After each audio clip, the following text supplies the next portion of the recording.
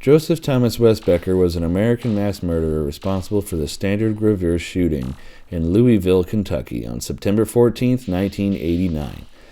Wesbecker was born on April 27, 1942. His father, who was a construction worker, died in a fall when Wesbecker was only 13 months old. He was then raised as an only child by his mother, Martha. She was only 16 years old at the time. Wesbecker dropped out of high school in the 9th grade, but he eventually got his GED. In 1960, he started to work as a pressman at a printing plant. In 1961, he got married and had 2 sons, James and Joseph. 10 years later, he moved to Standard Gravure in 1971. 7 years later, Wesbecker's life began a downward spiral. In 1978, he was divorced and began a custody battle for his 2 sons. He also admitted himself to a hospital to seek psychiatric treatment. This was the first time, but it would not be the last. In 1983, Wesbecker got married a second time. However, after just a year, the marriage also ended in divorce. He eventually became a recluse and became suicidal. He kept himself from family members and put most of his focus on work. Wesbecker had a long history of psychiatric illness and was treated for it in hospitals at least 3 times between 1978 and 1987. He was diagnosed as suffering from episodes of deep depression and manic depression. He had issues with anger and anxiety and made several attempts to commit suicide. It was reported that his medical records showed that he attempted suicide 12 to 15 times. Hospital records also suggested that Wesbecker posed a threat to himself and to others. In the years prior to the shooting, more than once Wesbecker threatened to kill a bunch of people or to bomb Standard Gravure, and at one point considered hiring an assassin to kill several executives of the company. Apparently, he even discussed these things with his wife before their divorce. In 1984, Wesbecker's medical records showed that he had a conversation with a doctor where he was asked if he ever felt like harming someone else, and Wesbecker said that he thought about harming his foreman at work. After the selling of Standard Gravure and a management change in 1986, Wesbecker's job changed to a mechanical folder. He eventually complained about the stress and the pressure of his new job, and he asked to be placed back at his old position. But his request was declined, and he grew increasingly hostile against the new management. He would complain about policy changes at the company, and he was suspicious of conspiracy theories aimed to harass him. He would complain about exposure to toluene at work, saying that it caused memory loss and dizziness and blackout spells. Toluene is a methylbenzene, which is a colorless, flammable liquid obtained from petroleum or coal tar, and it's used as a solvent for gums and lacquers, and it smells like paint thinner. In May of 1987, Wesbecker filed a complaint with the Jefferson County Human Relations Commission. He said that he was being harassed and discriminated against for his psychological state and being deliberately put under stressful conditions.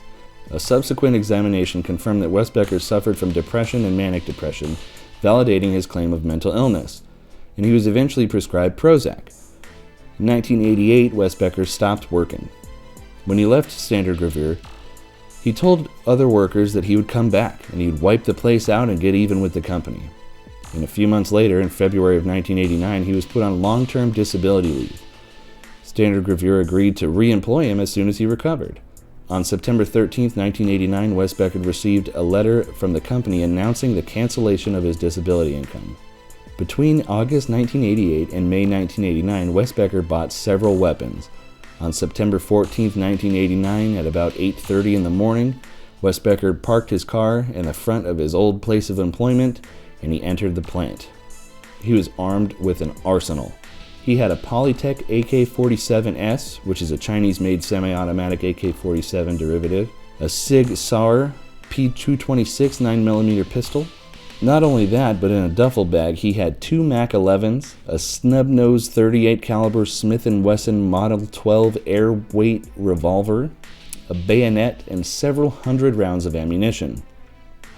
He made his way to the elevator, and he took the elevator to the executive reception area on the 3rd floor. He was looking for the president, Michael Shea, and the other supervisors and managers of the company. And as soon as the elevator's doors opened, he opened fire. He shot and killed a receptionist named Sharon Needy, and he also paralyzed another receptionist named Angela Bowman with a shot in the back. He calmly made his way through the hallways, deliberately shooting anyone he came across. He killed James' husband, He injured Forrest Conrad and Paula Warman.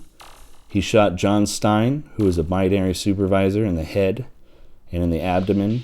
And then he made his way down the stairs to the press room. There he killed Paul Sally. He wounded Stanley Hatfield and David Sadenfaden, 2 electricians from Marine Electric who were working on a broken machine.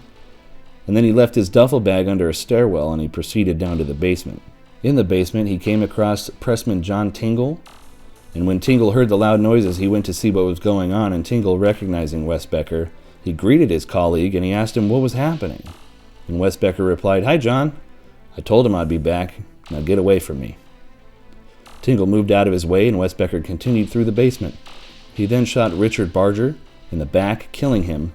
And surprisingly, he actually apologized to Barger, apparently killing him accidentally, not being able to see who he was shooting. He made his way back to the press room floor and he shot anyone he came across. He shot and killed James Weibel and Lloyd White. He then entered a break room where he emptied the remainder of his magazine. He shot all 7 workers in the break room, killing William Gennady with a shot in the head. Then he reloaded and he resumed firing, killing Kenneth Fentress. He then returned to the press room where he pulled out his Sig Sauer and he raised his weapon to his chin, pulled the trigger, and killed himself. His barbaric massacre lasted for about a half hour. He fired about 40 rounds, leaving 8 people dead and 12 wounded. During the ordeal, one person actually suffered a heart attack, and after a search of Wesbecker's house, they recovered a shotgun, a Colt 9mm revolver, a .32 revolver, and a starter's pistol. There they also found his will. This massacre resulted in a lawsuit against the manufacturers of Prozac, which Wesbecker had begun taking the month prior to his shooting rampage. The plaintiffs and the manufacturers eventually negotiated an agreement which they actually concealed from the judge, and the jury actually decided in the manufacturer's favor. However, when plaintiffs failed to appeal, the judge uncovered the concealed agreement, and with authorization from Kentucky Supreme Court, he actually amended the court record to show that the case was resolved by settlement rather than jury verdict. As of the making of this video, this shooting is the deadliest mass shooting in Kentucky's history. Wesbecker is buried in Louisville's Cave Hill Cemetery. This is for informational purposes only. The people responsible and their actions should in no way be glorified. There are monsters among us. We must learn from our past and be preemptive. Regardless of motive, violence should always be a last resort as a method for inducing or provoking social change. Actions that lead to the taking of lives of innocent people are simply not justified.